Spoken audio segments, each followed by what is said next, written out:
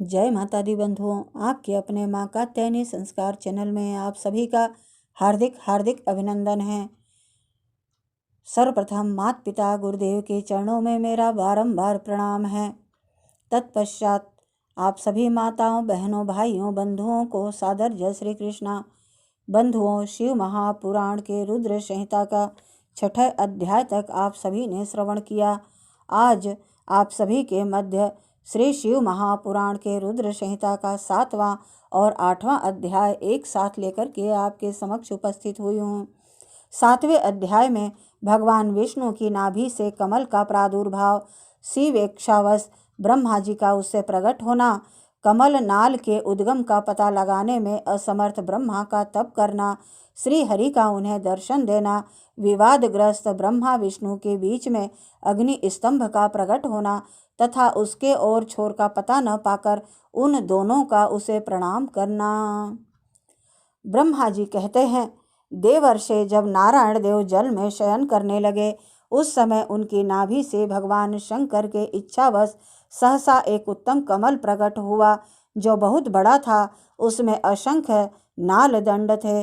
उसकी कांति कनेर के फूल के समान पीले रंग की थी तथा उसकी लंबाई और ऊंचाई भी अनंत योजन थी। यह कमल करोड़ों सूर्यों के समान प्रकाशित हो रहा था। सुंदर होने के साथ ही संपूर्ण तत्वों से युक्त था और अत्यंत अद्भुत परम रमणीय दर्शन के योग्य तथा सबसे उत्तम था। तत्पश्चात कल्याणकारी परमेश्वर शाम्ब सदाशिव ने पूर्वत प्रयत्न करके मुझे अपने दाहिने अंग से उत्पन्न किया।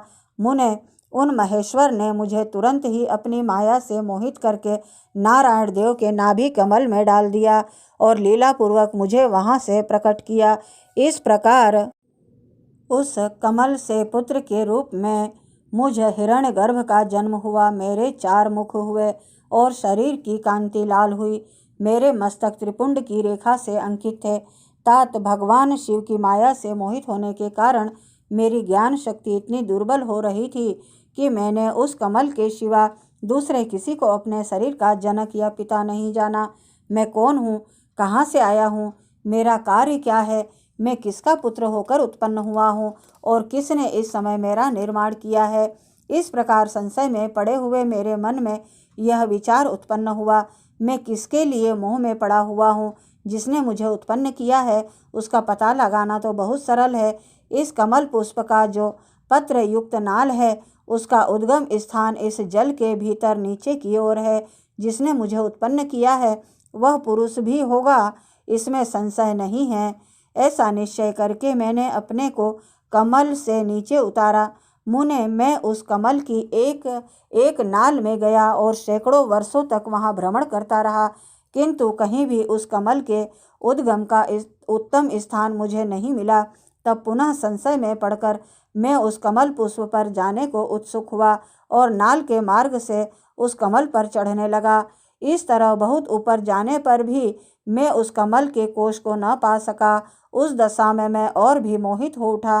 मुने उस समय भगवान शिव की इच्छा से परम मंगलमयी उत्तम आकाशवाणी प्रकट हुई, जो मेरे मोह का विध्वंस करने वाली थी। उस वाणी ने कहा, तपस्या करो। उस आकाशवाणी को सुनकर मैंने अपने जन्मदाता पिता का दर्शन करने के लिए उस समय पुनः प्रयत्न पूर्वक 12 वर्षों तक घोर तपस्या की।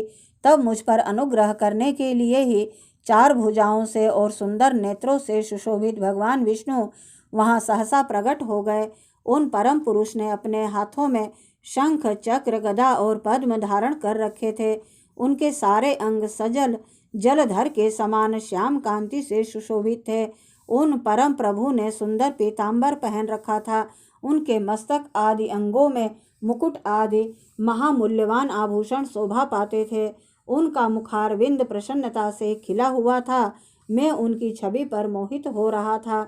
वे मुझे करोड़ों कामदेवों के समान मनोहर दिखाई दिए। उनका वह अत्यंत सुंदर रूप देखकर मुझे बड़ा आश्चर्य हुआ। वे सांवली और सुनहरी आभा से उद्भासित हो रहे थे। उस समय उन सत स्वरूप सर्वात्मा 4 भुजा धारण करने वाले महाबाहु नारायण देव को वहां उस रूप में अपने साथ देखकर मुझे बड़ा हर्ष हुआ। तदंतर उन नारायण देव के साथ मेरी बातचीत आरंभ हुई। भगवान शिव की लीला से वहां हम दोनों में कुछ विवाद छिड़ गया। इसी समय हम लोगों के बीच में एक महान अग्नि स्तंभ ज्योतिर्मय लिंग प्रकट हुआ। मैंने और विष्णु ने क्रमशः ऊपर और नीचे जाकर उसके आदि अनंत का पता लगाने के लिए बड़ा प्रयत्न किया, परंतु हमें कहीं भी उसका और छोर नहीं मिला। मैं थक कर ऊपर से नीचे लौट आया और भगवान विष्णु भी उसी तरह नीचे से ऊपर आकर मुझे मिले। हम दोनों शिव की माया से मोहित थे। श्री हरि ने मेरे साथ आगे पीछे और अगल बगल से परमेश्वर शिव को प्रणाम किया। फिर वे सोचने लगे, यह क्या वस्तु है, इसके स्वरूप का निर्देश नहीं किया जा सकता, क्योंकि न तो इसका कोई नाम है और न कर्म ही है। लिंग रहित तत्व की यहाँ लिंग भाव को प्राप्त हो गया है। ध्यान मार्ग में भी इसके स्वरूप का कुछ पता नहीं चलता। इसके बाद मैं और श्री हरि दोनों ने अपने चित्त को स्वस्थ करके उस अग्नि स्तंभ को प्रणाम करना आरंभ किया। हम दोनों बोले, महाप्रभु, हम आपके स्वरूप को नहीं जानते। आप जो कोई भी क्यों न हो, आपको हमारा नमस्कार है। महेशान, आप शीघ्र ही हमें अपने यथार्थ रूप का दर्शन कराइए। मुनि श्रेष्ठ इस प्रकार अहंकार से आविष्ट हुए हम दोनों ही वहां नमस्कार करने लगे। ऐसा करते हुए हमारे 100 वर्ष बीत गए। इस प्रकार शिव महापुराण के रुद्र संहिता से 7वां अध्याय पूर्ण हुआ।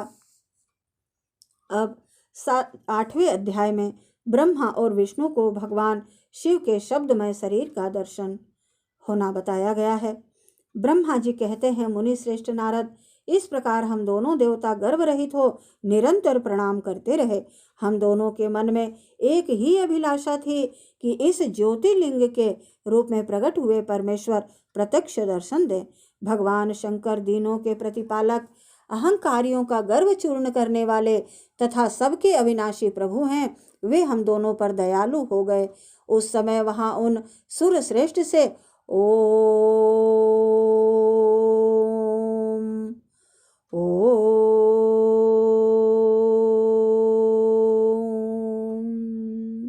ऐसा शब्द रूप नाद प्रकट हुआ जो स्पष्ट रूप से सुनाई देता था।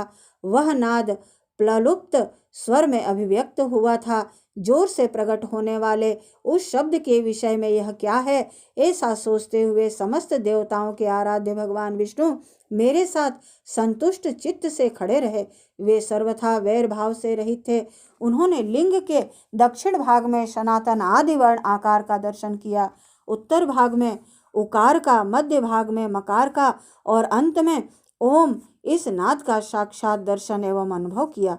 दक्षिण भाग में प्रकट हुए आदिवर्ण आकार को सूर्य मंडल के समान तेजोमय देखकर जब उन्होंने उत्तर भाग में दृष्टिपात किया, तब वहां उकार वर्ण अग्नि के समान दीप्तिशाली दिखाई दिया।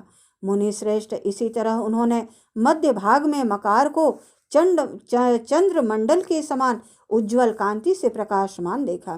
तदंतर जब उसके ऊपर दृष्टि डाली, तब शुद्ध स्फटिक मणिक के समान निर्मल प्रभा से युक्त तुरीयातीत अमल निष्कल निरुपद्रव निर्द्वंद अद्वितीय शून्यमय बाह्य और अभ्यंतर के भेद से रहित बाह्यांतर भेद से युक्त जगत के भीतर और बाहर स्वयं ही स्थित आदि मध्य और अंत से रहित आनंद के आदि कारण तथा सबके परम आश्रय सत्य आनंद एवं अमृत स्वरूप पर ब्रह्म का साक्षात्कार किया।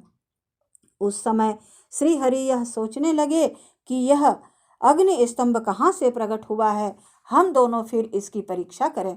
मैं इस अनुपम अनल स्तंभ के नीचे जाऊंगा। ऐसा विचार करते हुए श्री हरि ने वेद और शब्द दोनों के आवेश से युक्त विश्वात्मा शिव का चिंतन किया।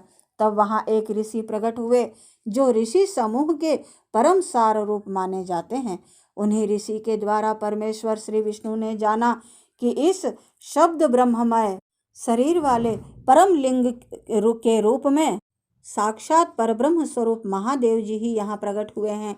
ये चिंता रहित अथवा अचिंत रुद्र हैं, जहाँ जाकर मन सहित वाणी उसे प्राप्त किए बिना ही लौट आती है।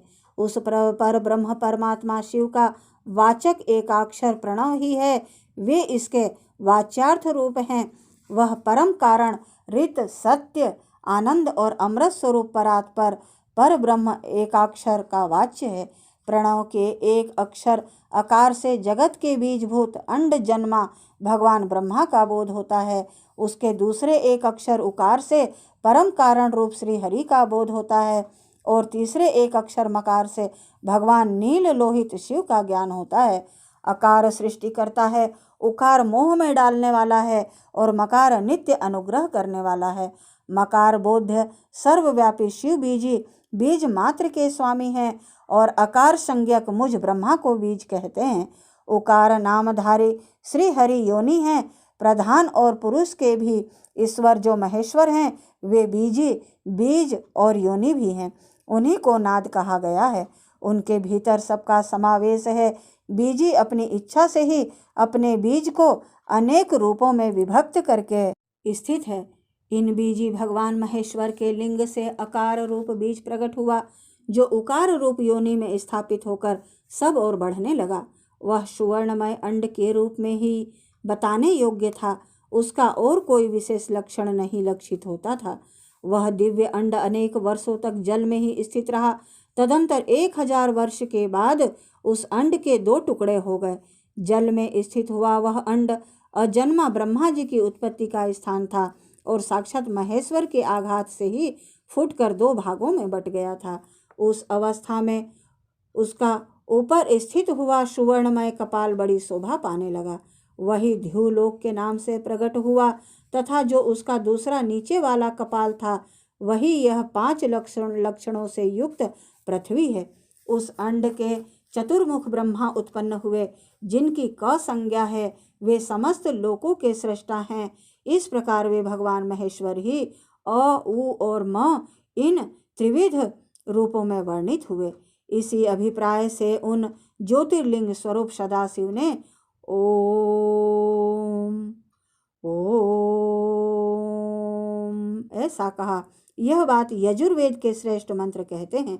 यजुर्वेद के श्रेष्ठ मंत्रों का यह कथन सुनकर ऋचाओं और शाम मंत्रों ने भी हमसे आदर पूर्वक कहा, हे हरे, हे ब्रह्मन, यह बात ऐसी ही है। इस तरह देवेश्वर शिव को जानकर श्री हरि ने शक्तिभूत मंत्रों द्वारा उत्तम एवं महान अभ्युदय से सुशोभित होने वाले उन महेश्वर देव का स्तवन किया। इसी बीच में मेरे साथ विश्वपालक भगवान विष्णु ने एक और भी अद्भुत एवं सुंदर रूप देखा। मुने वह रूप 5 मुखों और 10 भुजाओं से अलंकृत था। उनकी कांति कर्पूर के समान गौर थी। वह नाना प्रकार की छटाओं से छविमान और भांति भांति के आभूषणों से विभूषित था। परम उदार उस सुंदर महापराक्रमी और महापुरुष के लक्षणों से संपन्न अत्यंत उत्कृष्ट रूप का दर्शन करके मैं और श्री हरि दोनों कृतार्थ हो गए।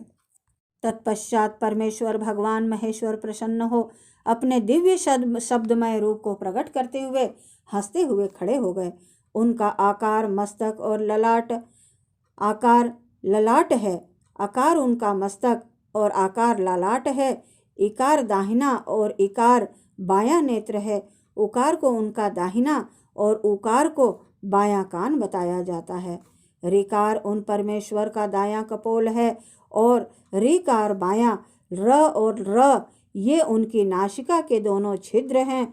एकार उन सर्वव्यापी प्रभु का ऊपरी ओष्ठ है और एकार अधर। ओकार तथा ओंकार ये दोनों क्रमशः उनकी ऊपर और नीचे की दोनों दंत पंक्तियां हैं। अम और अह उन देवाधिदेव शूलधारी शिव के दोनों तालु हैं।